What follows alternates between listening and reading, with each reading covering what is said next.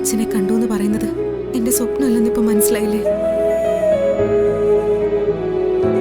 അവളെ എന്താ അച്ഛൻ നിന്നോട് പറഞ്ഞത്? അത് പറ. എന്റെ വിവാഹം കഴിഞ്ഞിട്ടേ അച്ഛൻ അമ്മയുടെ അടുത്തേക്ക് വരൂന്ന് പറഞ്ഞു. എന്തിനാ അമ്മേ അങ്ങനൊരു തീരുമാനം? അച്ഛൻ എല്ലാം അറിഞ്ഞു, എല്ലാം ക്ഷമിച്ചു. പിന്നെ അച്ഛനെ വിളിച്ചൂടെ? നമ്മുടെ കൂടെ താമസിച്ചൂടെ? ഇല്ല,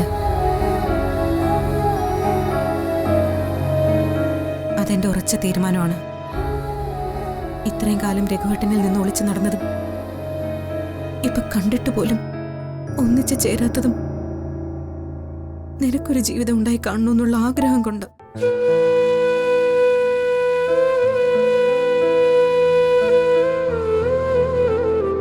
ജ്യോതിക്കൊരു ഭാവി ഉണ്ടാവണമെന്ന് നീ ആഗ്രഹിക്കുന്നുണ്ടോ?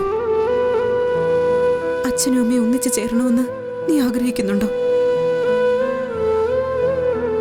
ഉണ്ടെങ്കിൽ നിന്റെ വിവാഹം നടന്നിരിക്കണം. എന്നിങ്ങനെ കുരുക്കിട്ട് വേണം വിവാഹത്തിനെ കുറിച്ച് സംസാരിക്കാൻ. അത് വേണോ അമ്മേ? വേണ്ട.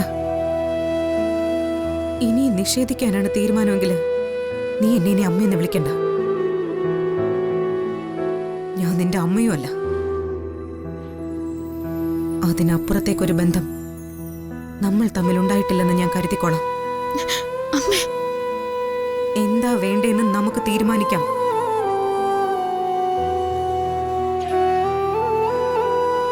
പക്ഷെ എന്താ വേണ്ടതെന്ന് ഞാൻ പറയും. നീ ഒരു വിവാഹത്തിന് സമ്മതിക്കാതെ ഞാൻ ഈ വീട്ടിൽ നിന്ന് ജലപാനം കഴിക്കില്ല. അമ്മേ, അമ്മേ. എത്രയോ നടകളില് ഞാൻ നേർച്ച നേർന്നിട്ടുണ്ട്. എല്ലാം എന്റെ കുടുംബത്തിന് വേണ്ടിയായിരുന്നു. ഇതുവരെ നേർച്ചയാ നിനക്ക് വേണ്ടി.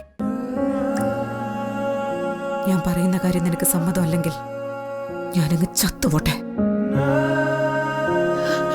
അമ്മേ,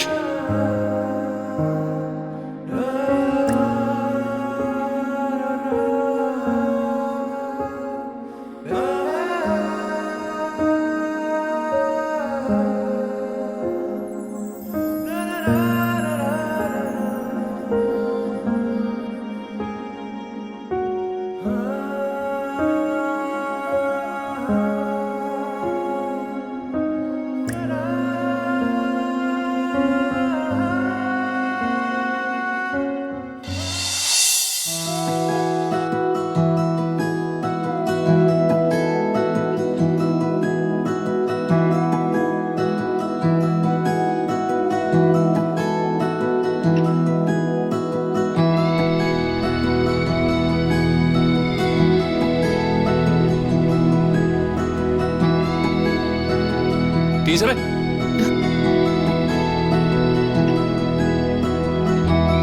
എന്തു പറ്റി? ഏയ് ഒന്നുമില്ല.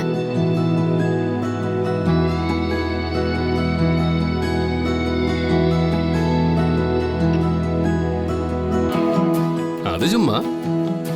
മധുര നൊമ്പരക്കാറ്റ്